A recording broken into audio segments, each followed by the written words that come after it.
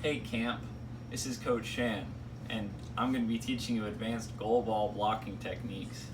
In the past, we used to teach you how to block on one knee, which is how we did it in the past.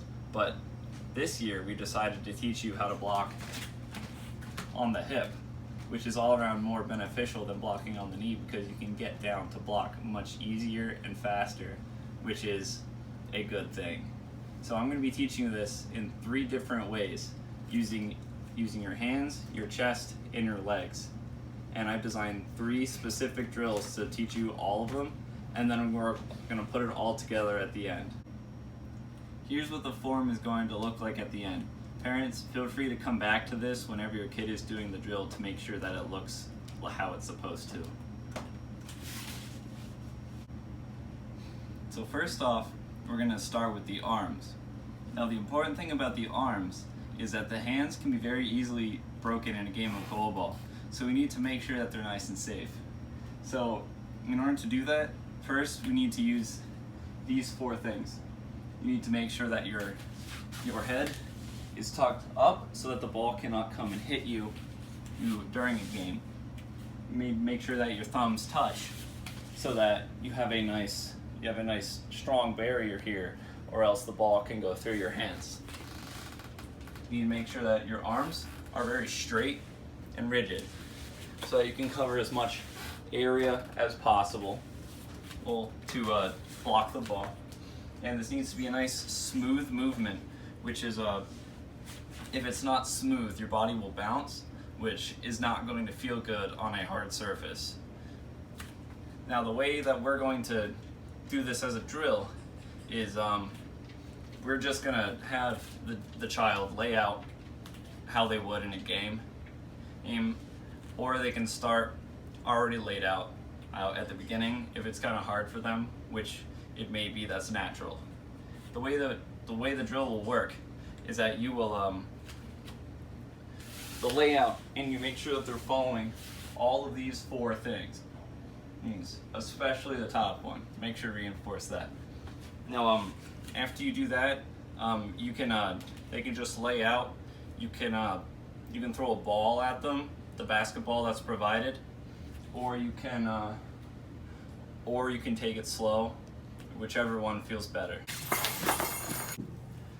I've been showing you these drills on a mat, but if you do not have a mat, then a great alternative would be a hardwood floor with what I like to call the towel accommodation, where you lay down like I've shown you, except you have a towel on the hand of the hip that is on the ground.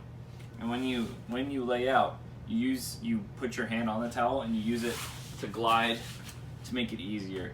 Now this will also help you in some ways because you can line up with the wood and make sure you're laying out in a straight line, which will benefit you in the game. Next up after that will be the chest.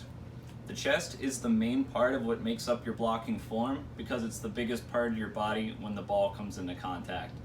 Now the important thing about the chest is that it's nice and big. You need to make sure that you expand your chest and you attack the ball. If you wait for the ball to come to you, it'll hit you first and then it can just roll over you. You need to make sure that you're attacking the ball first so that the ball goes forward and not back. Now the drill for this will be you have your child lay out and then you do what you basically did for the arms drill, where you can throw a ball at them at the end, but in the beginning you need to make sure that they're nice and strong in the chest and that they're expanding out.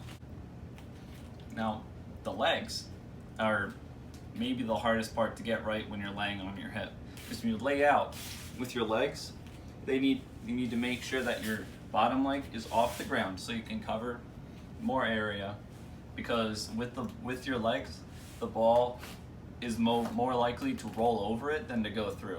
So you need to make sure that your top leg is very strong so that it can knock the ball down when it tries to roll over. Now the important parts about your legs is that you need to make sure that your toes are pointed forward. This is so if they're pointed like this, it's going to hurt much more if the ball hits it. But if they're pointed forward, the ball will hit it and it will roll this way so you can easily capture it. You also need to make sure that your bottom leg is off the ground. I already covered this so that so that you cover more vertical space, so that the ball cannot roll over.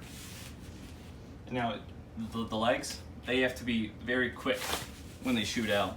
Now, because normally if you're playing on a wing, you have your hands, they are towards the out of bounds line, so that your legs are covering the gap, which is where most balls tend to score on quick pitches.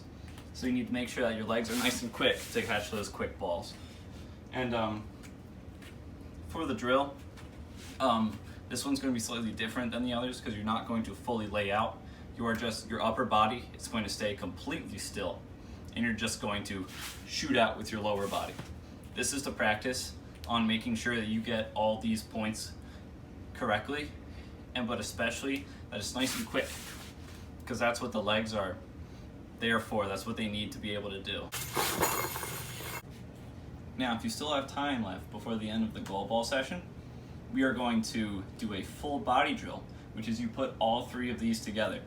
Now, the way this drill is going to work is first you're going to start out by laying out full body, which will just make sure that you're covering all the points that we've already stated. But then after you got that, parents, it's going to be your job to roll a ball at your kid to make sure that they're blocking correctly and that they're attacking the ball, not waiting for the ball to come to them.